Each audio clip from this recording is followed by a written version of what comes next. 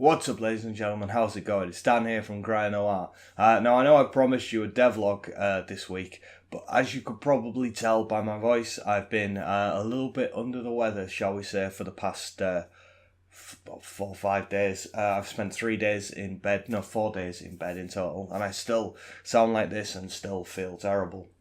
So all the work that was supposed to be done during that time to get ready for this devlog has not been done, so unfortunately that's had to be put back. I also don't have any internet either, which means that during this time while I've been lying around feeling sorry for myself and generally having man flu, I've not been able to do my usual thing, which is just, watch stupid amounts of Breaking Bad. This video will probably have lots more jump cuts in it than all of my other ones, and that'll be because I'm off somewhere to cough up a lung or generally blow my nose or feel, bad. Yay! So without further ado, let's jump into today's topic, which is the Sega Saturn. The Sega Saturn. Where do I start with the Sega Saturn? Okay, well, we'll just go with some basic tech kind of things. It's a 32-bit console, and it's a CD drive. Oh, it won't open, there we go. It's a CD drive. It's one of the earlier 32-bit systems that ran on a CD drive. It wasn't the first, obviously, but I think that goes to the Amiga CD. I think that was the first CD-based 32-bit machine. I'm not entirely sure. Might be the 3DO, but either way, both of those were all kind of before that generation really properly kicked off. This was the first of the big players, shall we say, in that generation of consoles. So that's the one that immediately, I can't remember what number it is, I think it's like the 6th gen, 5th gen, 6th gen, something like that. I'll ticker that in there. So it was a generation that came straight after the 16-bit console. So we'd had the 16-bit war between Nintendo and Sega with the Mega Drive or Genesis and the Super Nintendo. And that whole era showed to everyone that you didn't have to be called Nintendo to make money out of this whole new video game fad. And that was thanks to Sega being able to go toe-to-toe. So everyone and his wife jumped in, and we had consoles from Atari and from Philips and from Sony, strangely enough.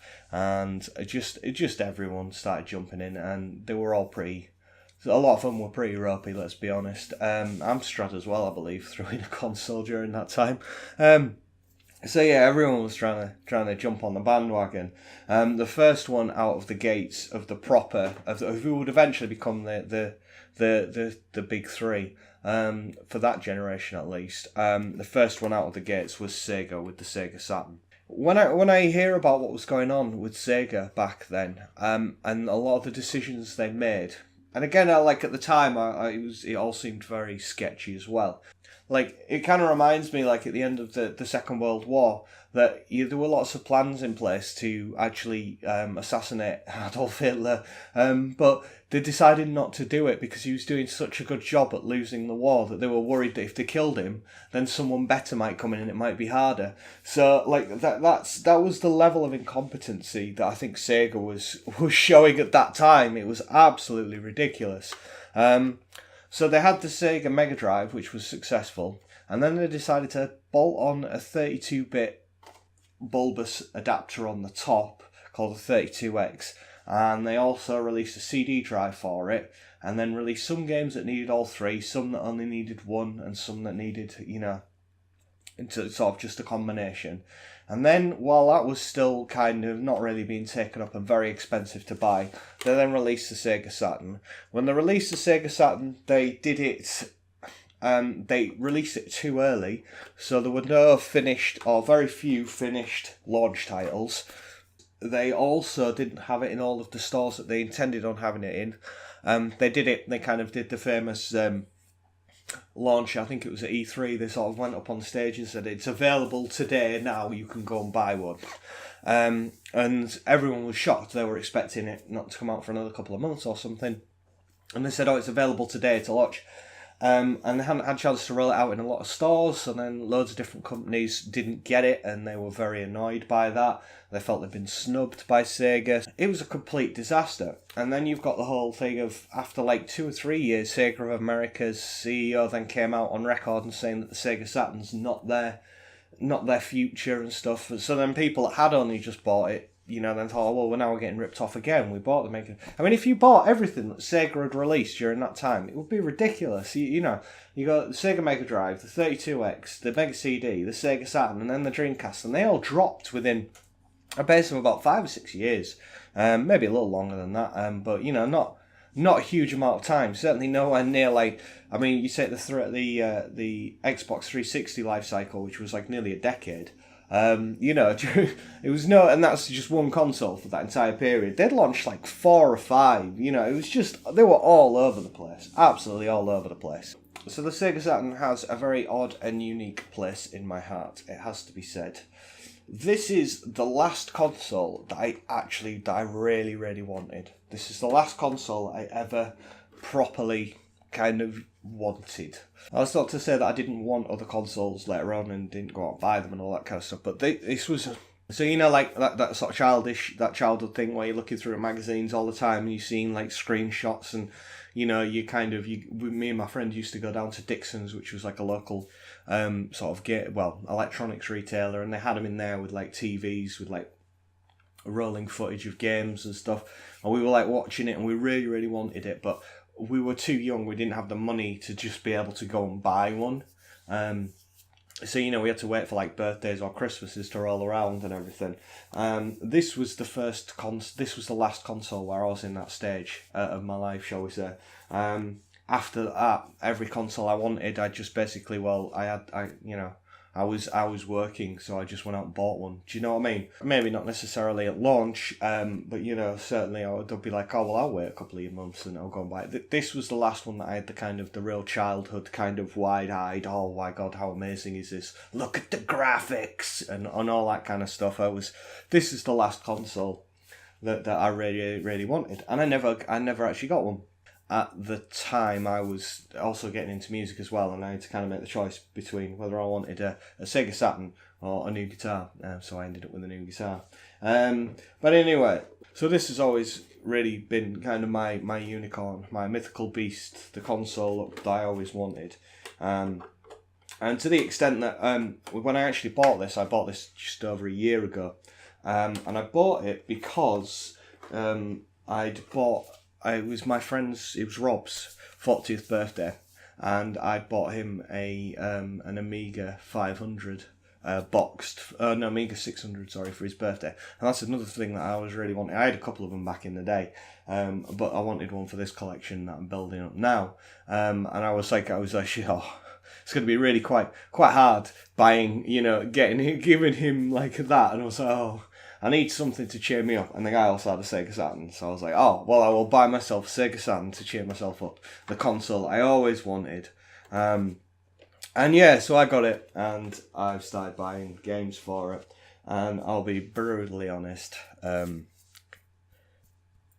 It's left me a little underwhelmed, shall I say. Also has a cartridge port up at the top here, which some people seem to think that at some point there was the intention that it was going to be backwards compatible with the Mega Drive. It may very well have been, but it's not. If you ever try and fit a cartridge in there, you'll see that it doesn't. So that was that. That was to add in extra RAM, much like you can do with the N64. And also to put in a memory card, basically, to save your games. It does have a built-in memory, but the memory is not particularly big, and it's got a little battery back unit there to keep that going. You can see I've taken my battery out, so this has no memory at all whatsoever. It keeps forgetting everything. A bit of a memento sort of thing. They also made an absolute pig's ear of the game cases as well. Now in the UK, we got 3 different designs of cases. We've got the original style, which is like this. I'll go through my games in a second, and this is basically, I don't know whether you'll be able to see this in the thing, piece of card with a piece of plastic on one side and a piece of plastic on the other side, and then they're held together by glue. This had a significant issue in that they didn't hold together particularly well, so when they came out they actually had tape on there. That's Sega tape, is that. Sega put tape to hold the cartridge, the cases closed and together.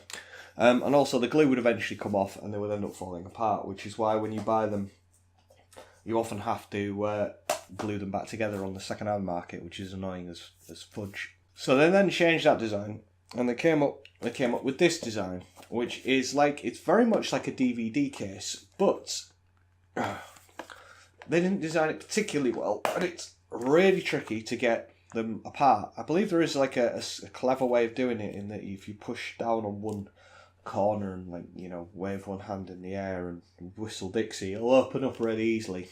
But generally they don't. And it's just like a DVD case basically. But they don't particularly, this was long before DVDs, don't forget. But they are not very well, and what used to happen there is these used to split across there. So then they had another one which was just like, screw it, put them in VHS cases, which look absolutely terrible. Just really, really terrible. Cheap, chatty VHS cases. So there was, they couldn't even get that right either. So yeah, it was all in all just a bit of a failure. But I'd like to say that I do love this console, but honestly, I kind of don't. It's good to have in the collection because it's, you know, it's nice, but I'm not really pushing on the collecting of this. I'm much more of a cartridge based collector. There's still lots of games I want for it. I still want, like, there's Panzer Dragoon Saga and loads of other stuff. But you know, it's not really my thing. I know a lot of people love it. A lot of people love the Dreamcast as well, and I've got no real affinity for that. But anyway, that's how to alienate your audience. Say that the Saturn and the Dreamcast suck. Jesus, right. So I have a fairly reasonable collection. It's not a particularly large collection, so I'll just run through that super quick. Sega Rally, you've got to have Sega Rally. That's a mainstay. It was a part of the arcade cabinet. It's okay. It's got a few little visual issues with it, but it's generally not a bad port. Manx TT. Now this is another arcade port, but this is absolutely exceptional. This is really, really a good game. I was amazed at how well this played. This came in a bundle. Most of these came in bundles that I bought as lump sums, and I bought it with this, which is Hardcore 4x4. Now this is possibly the worst. Yeah, I would say it's one of the worst games I've ever played. It's so bad. If you can think of a technical issue that a game would have, this has got it. So I took that out and was like, oh dear God, and then put this in, and it absolutely blew me away. I was like, oh, because this runs at like full 60 frames a second, and it's, you know, looks quite good, and it's really fast and entertaining. I was like, all right, okay. Shell Shock. This is actually really quite good fun.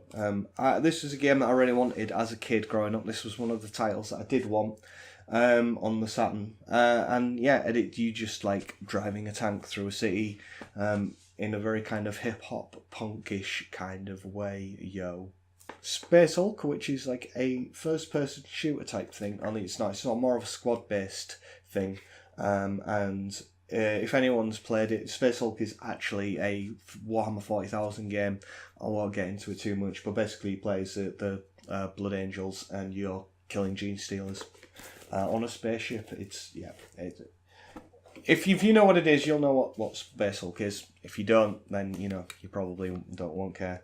Crusader, which is like is an isometric kind of shooter set in the future. It's supposed to be okay. I'm not really giving it a proper good chance to go. Hard Trilogy is a multi-plat. It's actually 3 games in one. You have Die Hard 1 is like a kind of 3D, I won't say top down, but sort of over the shoulder-ish kind of run and gun shooter.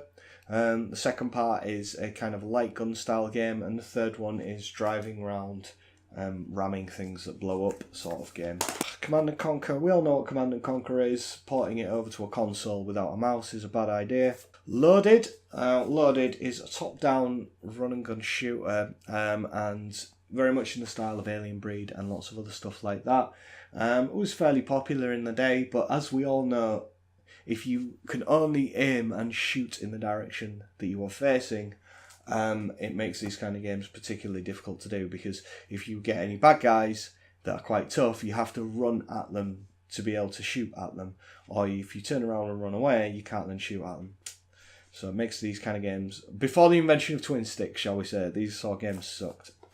Daytona USA, it's the original version. I don't have the Circuit Edition, which is the better edition. This is the one with the choppy frame rates and the bad loading. And again, this was again suffered quite badly as part of the rushed launch of the console. Wipeout, yep, it's a perfectly acceptable port of Wipeout. It's very good. No significant issues there. It's a very good port of Wipeout. Wipeout's a very good game. It's a very good port of it. Virtua Fighter 1 and 2. I never really got into the Virtua Fighter series. I was always much more of a Tekken player, but that was only because a friend had a PlayStation and I never have a Saturn. So, I don't know, maybe if I gave him a bit more time I would get into them, but I don't really see it. I always much preferred 2D anyway. I much preferred the Street Fighter. The Street Fighter? I much preferred the Street Fightings. I much preferred Street Fighter, sort of Alpha and all that kind of stuff. Worms, perfectly good port. No significant issues with that there. And it's a good game. So, NASCAR 98. You drive around in ovals, and yeah, it's okay. It's not bad. It's not brilliant. Not exceptional. Virtua On. Now, Sega trying something new and interesting. This is a Mech Combat game in a 3D environment, and it's actually really quite good if you have the specialised joystick that you needed to play it, basically. I need to get a couple of them. Or certainly one. I don't know if you can... Yeah, you can play 2-player split screen, but yeah, certainly need to get one. And that's basically, I would say, actually, it's probably very much like using a twin analog stick, only before twin analog sticks were around. It makes it quite difficult just using the controller. You can play with just a controller, but it's a bit difficult. But this is really quite a cool game. This is very, very cool. High Octane, Bullfrog's low effort, low quality version of Wipeout.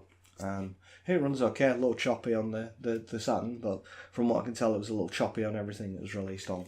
Andretti Racing, another racing game with terrible frame rates, as I seem to remember.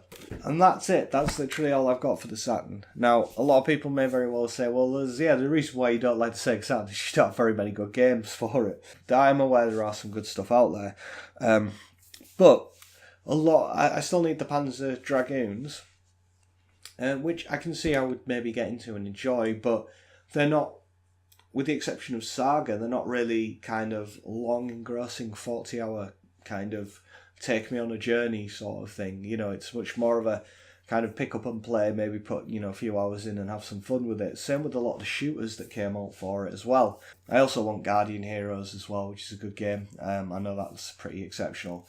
And there's a few others, Die Hard Arcade and stuff, but they're all really quite expensive. All the games that are sort of fairly reasonable for the system are really quite expensive nowadays, ranging from sort of 30, 40 quid for the cheaper ones, right the way up to, well, Panzer Dragoon Saga at a couple of £100, so they're all getting on quite expensive, and I just would rather buy cartridge-based games for that sort of money, just because.